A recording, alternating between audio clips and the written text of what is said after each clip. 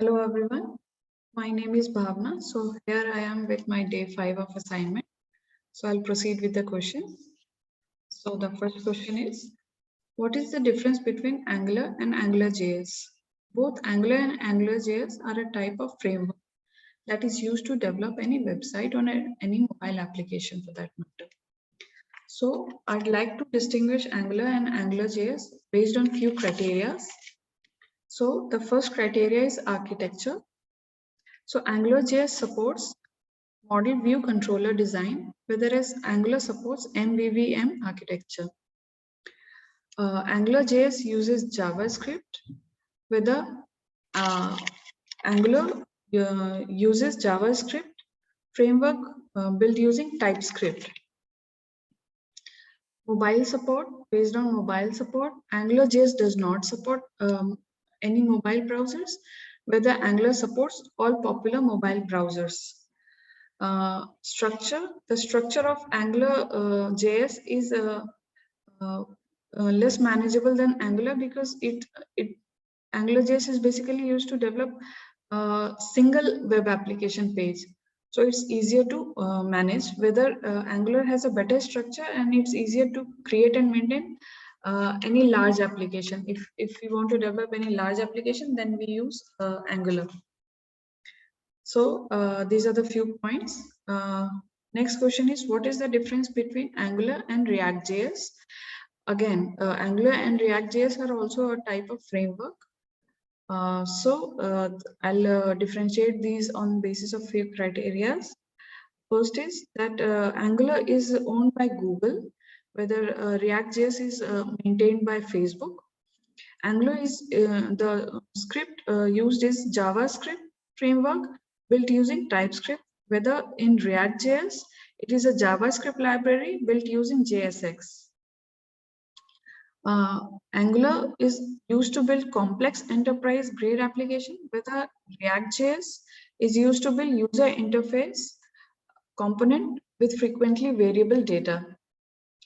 So on the basis of, again, architecture, Angular is complex as it follows MVVM architecture, which includes lots of tools and features, whether React.js is simple as it follows MVC, that is Model View Control Architecture. Depending on preference, Angular is a platform independent, hence compatible to work in any platform. So one of the example of Angular is YouTube. And whether React.js is preferred when the dynamic content needed is intensive. So straightforward programming in React.js, there is straightforward programming and is reliable. So Facebook, Instagram uses React.js over Angular. So these are the few important points. Next question is, list out at least 5 mobile app framework. So framework is nothing but a mobile app framework is a software framework that is designed to support mobile app development. It is a software library that provides a fundamental structure to support the development of applications for a specific environment, that is iOS environment or Android environment. So first example of mobile app framework is Flutter. Flutter is a Google's open source framework for developing native Android and iOS apps using a single code base. It is highly reliable mobile user interface framework for creating for creating app such as Alibaba and Google. The second framework is Xamarin framework. It is a Microsoft-owned open source framework for developing Android, iOS, Mac OS, tvOS, and watchOS apps. In Xamarin, an abstract layer controls the underlying platform code and shared code. So the third framework is jQuery Mobile. It's a hybrid mobile app framework that will platform independent app. It comes into 2 variants, that is customized framework and stable versions. This framework basically uses JavaScript and HTML for building responsive websites. that work on devices such as smartphones, tabs, desktop, etc. And the last one is Framework 7. So Framework 7 is an open source framework, easy to learn and use. It allows developers to build Android, iOS, and desktop apps using popular web technologies such as HTML5, JavaScript, and CSS3. So yeah, moving ahead to the fourth question. How do we decide what backend technology we should use in our project?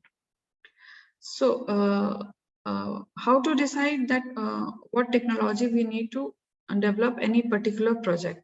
So for opting any particular programming language for a project, actually we should follow our company standards rather than industry trend. We should keep few criteria in mind, that is speed on and reliability and scalability of the app to be developed. For example, I'd explain this with an example. If we are going to develop any medical application, then it will obviously need high security, high amount of security. While if we are going to develop any audio or excuse me, audio or video streaming and file sharing apps, we will need programming language and framework that can handle high amount of load. So on this basis, we can decide our backend technology.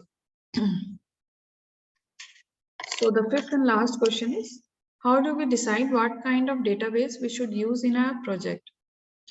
So we have a huge amount of database in industry, more than 300 database. So each one has their own strength and weaknesses. So before considering which database to use for our project, we should be able to answer a few questions, like how much data is expected to be stored when the app is in matured state. Suppose in initial stages, obviously less data will be stored in the database, but we should have an idea that at the mature stage, how much amount of data we need to store in the database. So we should keep that factor in mind. Second is, how many users are expected to use the database at peak level? And what is the geographic distribution of the user population? Of a person sitting in India should be able to use that database, whether a person sitting in US also should be able to use that database. Excuse me. We should also keep few key points in mind before deciding which database to choose for our project, and that is integration. We should definitely make sure that our database management system can be integrated with other tools and services within the project. Scalability requirement, whether it can be expanded if required or not, like in the matured state. Third is transaction rate, that is how many requests per second we are expected to get in that database. Other one is the throughput, and also the data model. So these are few key points we should keep in mind before deciding what kind of database we should use in our project. So yeah, here comes end of the question. So that's all for today. Thank you. Have a nice day.